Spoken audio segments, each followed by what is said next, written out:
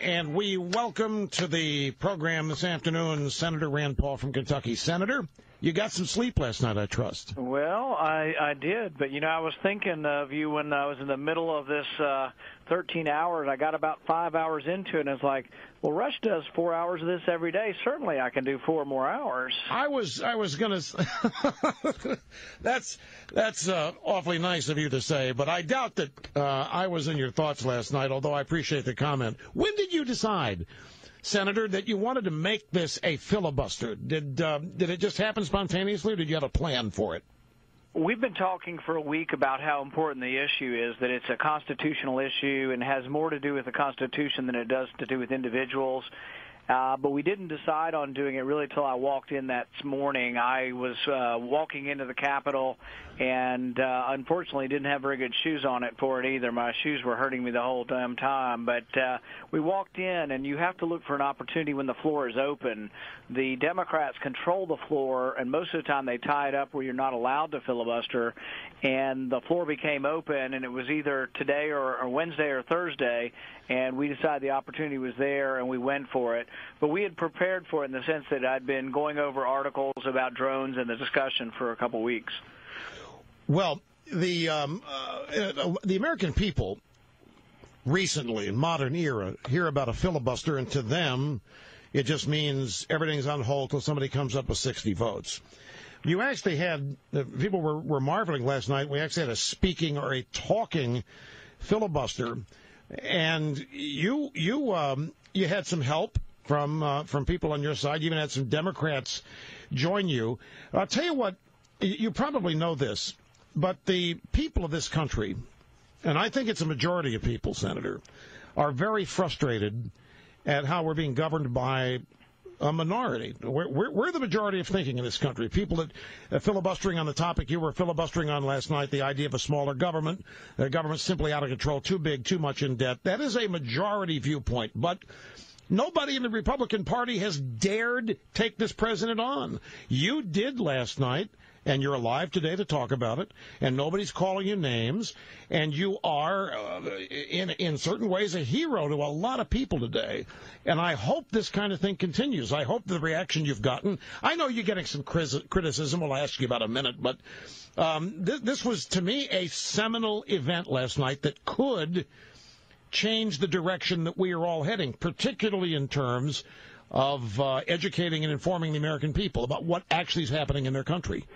Well, we ask a pretty important question, and that's whether you get to pick and choose which parts of the Bill of Rights apply to American citizens. And, the Fifth Amendment says you get a right to a trial, you get a right to due process, and we don't think the president or any politician, Republican or Democrat, should get to choose when the Fifth Amendment applies. We also just weren't satisfied with him when he says, well, I intend to not do this. I don't intend to kill Americans. The problem is it's sort of like indefinite detention. We can now detain American citizens without trial, and he says, well, I don't intend to.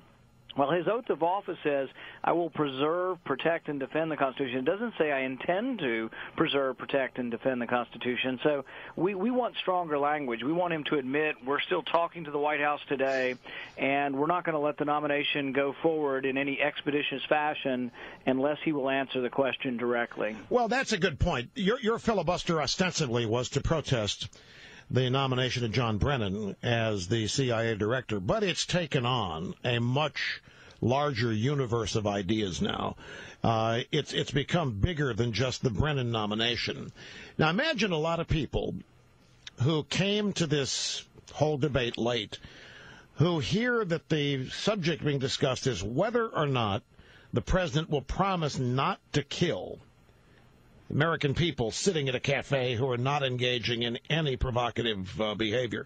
A lot of people are saying, come on, there's no president that would ever do that. What are we talking about here? So why are you concerned? Do you actually, you need this in writing from the president to be assured that this is something he wouldn't do? Well, here's the question. It seems so absurd and so bizarre, and so it should be a really easy question to answer. But the reason we ask the question is we currently do drone strikes overseas, and I'm all for them when people are shooting at American soldiers. I think they're a great tool. I think it's a great weapon we should use to defend American soldiers and American lives. But we are also killing a lot of people who aren't actively involved. Now, they may be bad people. They may have been involved yesterday or going to be tomorrow, but we kill them at home asleep, in restaurants, cafes, etc.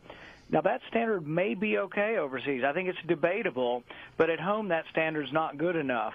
So if you're in a cafe and you've been emailing your cousin who lives in the Middle East, and people here in Congress say, oh, well, you're an enemy combatant. Well, I think you can be accused then of being associated with a terrorist if that person in the Middle East is a terrorist, but you need to be arrested and you need to have a chance to defend yourself. If you have a grenade launcher, though, you don't get due process. So if you're attacking America inside or out, American or otherwise, you don't get a lawyer or due process if you're setting up a bomb. But you do if you're in a cafe eating with somebody, you're sending an email to someone. It needs to be clear that if you're non-combatant, if you're not engaged in combat, that you get your day in court. The problem is the president came forward with this document that he leaked, this drone document, and he said in it that an imminent threat doesn't have to be an immediate threat. And then there are these pictures of people being killed around the world who are not engaged in combat, and I just don't think that standard can be used here at home. Senator Cruz yesterday in hearings at his committee with the Attorney General eventually pried from the Attorney General that such behavior as you just described by the government would indeed be unconstitutional. It took him, it was like pulling teeth without Novocaine, but he finally got that done. Now, that was earlier in the day. Why wasn't that enough for you to end your filibuster? Well, we got that news a couple hours into it. I talked to Senator Cruz, but it was hard to have conversations because I had to keep talking the whole time. But we did get a transcript of it, and we read through it. And I described it later on in the debate as withering cross-examination by Senator Cruz. And that's basically what it was. He did not want to answer the question, and I think it was under duress, and the word constitutional never occurs in any of his answers. So all we want is a short paragraph. I think they're coming towards us. We want them to answer something that every American believes, that you cannot target an American on American soil and kill them without first charging, arresting, or convicting them in a court of law. I think every American believes that, left and right. But some who are so fearful say, oh, America's the battlefield and this is law of war over here. But law of war means you don't get due process. And I'm not against that. In the middle of a war and you're shooting at someone, you don't get a lawyer, you don't get due process. But in America, eating in a restaurant, you get arrested and you get due process. Well, and that is a really important distinction, and we need to have that debate because there are some up here arguing. In fact, the Wall Street Journal today argues that if you're declared an enemy combatant, you can be killed. The problem is who gets to decide when you're an enemy combatant and when you're not. The president does. He's got the kill list. That's a real problem for me. He's bragging about it, Senator. He's bragging. They're trying to build up his tough pro-military credentials by he's got the kill list. He picks the names. Well, the Bureau of Justice has come forward with some criterion for people you need to report on if you know these people. These are people with missing fingers, stains on their clothes, people who like to pay in cash, people who have weatherized ammunition, and more than 7 days of food. These are people who are potential terrorists, and if that's the list, I know a lot of people on that list. I'm a little concerned that they ought to get a trial before they get a drone strike ordered. I'm on that list. I am. Yeah, but, you raise an interesting point. It's 2013. There are a lot of people today who can't believe, literally can't believe, that the highest law enforcement officials in the country will not, with ease, assure the American people that they will not be randomly targeted by a drone while they're minding their own business and not threatening anybody. This doesn't even seem to most people to be something that should take 5 seconds to answer. And the real debate is bigger than President Obama or any president. It's bigger than Republican or Democrat. It's about what Madison said in the Federalist Papers.